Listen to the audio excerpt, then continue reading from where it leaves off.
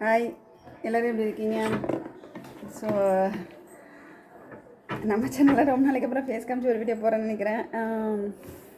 இன்றைக்கி நம்ம சேனலில் வந்து சின்ன சின்ன டிப்ஸ் பார்த்துடலாமா? ஏன்னா நிறைய பேர் வந்து டிப்ஸ் கேட்டுகிட்டே இருந்தீங்க.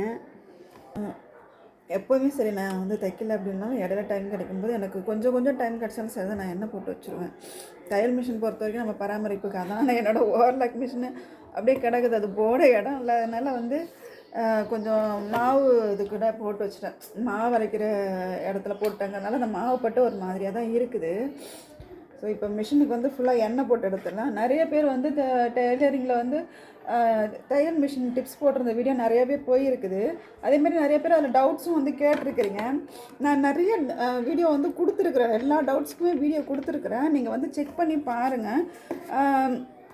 நீங்கள் வந்து ஃபுல்லாக நான் கொடுத்துருக்க வீடியோ இப்போ டெய்லரிங் மெஷினை பற்றின டவுட்ஸ் எல்லாமே கொடுத்துருப்பேன். நீங்கள் வந்து ஒரு தடவை செக் பண்ணி பார்த்தீங்கன்னா உங்களுக்கு தெரிஞ்சிடும்.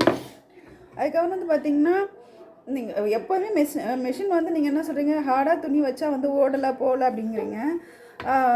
எப்போவுமே வந்து ஒரு துணியை நீங்கள் தைக்கிறீங்க அப்படின்னா ஃபஸ்ட்டு ஒரு டைம் நல்லா ஃபுல்லாக எண்ணெய் போட்டுருங்க. எண்ணெய் உள்ளுக்கு நல்லா ஊறணும். ஊறினதுக்கப்புறம் பார்த்திங்கன்னா உங்களுக்கு மிஷின் வந்து ரெடி ஆகிடும். ஸோ இதுக்கப்புறம் வந்து பார்த்திங்கன்னா மிஷின் வீடியோன்னு இல்லை, என்னால் எவ்வளோ வீடியோ கொடுக்க முடியுமோ கண்டிப்பாக கொடுக்குறேன். இதை நான் நிறைய தடவை வீடியோவில் வந்து சொல்லிட்டேன் அப்படின்னு நினைக்கிறேன். ஸோ அடுத்தடுத்து வந்து எனக்கு கொஞ்சம் கற்றுக்கிறது போகிறது வருதுன்னு கொஞ்சம் நிறையா ப்ராசஸ் இருந்தது. நானும் வந்து நான் சொல்கிறது ஸ்கூல் படிக்கும்போது படிக்காத நிறைய விஷயங்கள் கூட இப்போ நான் வந்து கொஞ்சமாக படித்து தெரிஞ்சிட்ருக்க மாதிரி, ஒரு படிக்கிறதுக்கான ஒரு எக்ஸாம் எழுதுறதுக்கு அந்த மாதிரியான நிறைய வேலைகள் இருந்தது. ஸோ அந்த எக்ஸாமினேஷனுக்காக படிக்க வேண்டியது இருந்தது. அப்புறம் நிறைய நானும் பண்ண வேண்டியது இருந்தது. என்னோடய ஃப்யூச்சருக்கு, என்னோடய குடும்பத்தோட ஃப்யூச்சருக்காக நிறைய விஷயங்கள் பண்ண வேண்டியது இருந்தது. ஸோ உங்களோட நான் இனிமேல் வந்து எல்லாத்தையும் ஷேர் பண்ணிக்கிறேன். உங்களுக்கு என்ன தெரிஞ்சுக்கணும், இல்லை பிஸ்னஸில் இல்லை எப்படி பண்ணலாம் என்ன எதுன்னு தெரிஞ்சுக்கணும் அப்படின்னாலுமே நீங்கள் கமெண்ட்டில் சொல்லுங்கள். இன்றைக்கி டிப்ஸ்னால் நான் வந்து மெயினாக பார்த்திங்கன்னா இப்போது எண்ணெய் போட்டு ரெடி பண்ணிட்டேன் இல்லையா, அப்போ கீழே கொஞ்சம் நேரம் எண்ணெய் போட்டுட்டேன். இது வந்து பார்த்திங்கன்னா நான் தைக்கும் போதே எண்ணெய் போட்டு வைக்கல. நான் வந்து ஒரு 2 நாள் முன்னாடியுமே ஒரு தடவை உள்ளுக்குள்ளே வந்து ஃபுல்லாக எண்ணெய் போட்டு நான் ஃபுல்லாக கிளியர் பண்ணிட்டேன். இப்போ நீங்கள் திக்கான துணிங்க தைக்கிறீங்க அப்படின்னா இந்த இடத்துல ஃபுல்லாக நீங்கள் கலட்டிட்டு, இல்லைனா இதுக்குள்ளே இந்த ஹோல்ஸ் இருக்கு இல்லையா, இதுக்கு ஃபஸ்ட்டு எண்ணெய் போட்டுக்கோங்க. இதில் எண்ணெய் போட்டிங்கன்னா இந்த துணி வந்து நமக்கு கீழே இருக்குது பாருங்கள், இந்த ஊசி வந்து இப்படி குத்தி ஏறுது இல்லையா, இந்த இடத்துல வந்து உங்களுக்கு ஏறுறதுக்கு நல்லாயிருக்கும். ஸோ இந்த பல்லு வந்து கரெக்டாக தேஞ்சிருக்கா இல்லை எப்படி இருக்குன்னு பார்த்துக்கோங்க. இந்த பல்லு தேஞ்சிருச்சு அப்படின்னா அப்பப்போ இந்த பல்லு வந்து மாற்றிக்கோங்க.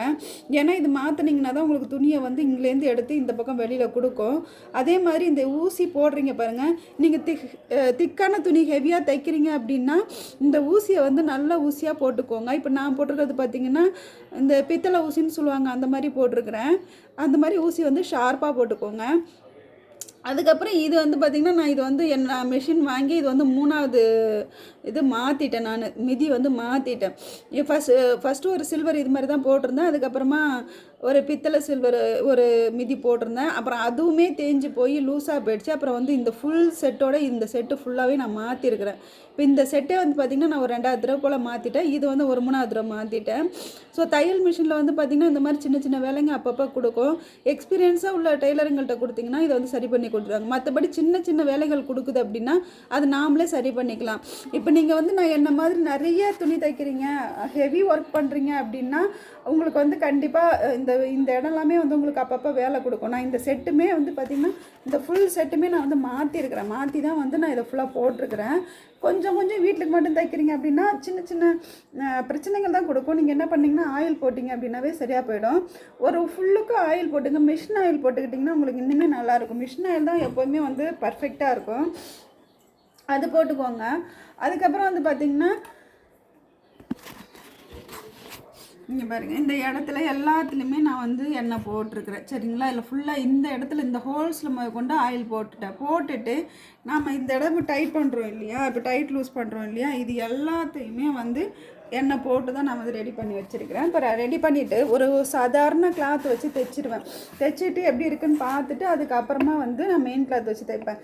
நீங்கள் எண்ணெய் போட்டோன்னுமே மெயின் கிளாத் வச்சு தைச்சிங்க அப்படின்னா வந்து உங்களுக்கு எண்ணெய் போய் அதில் போய் படிஞ்சிடும். அது எனக்கு கொஞ்சம் கவனமாக இருக்கணும்.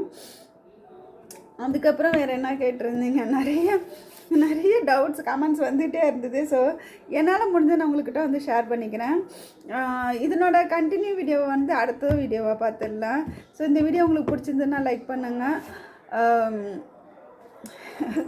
சப்போர்ட் பண்ணிடுங்க.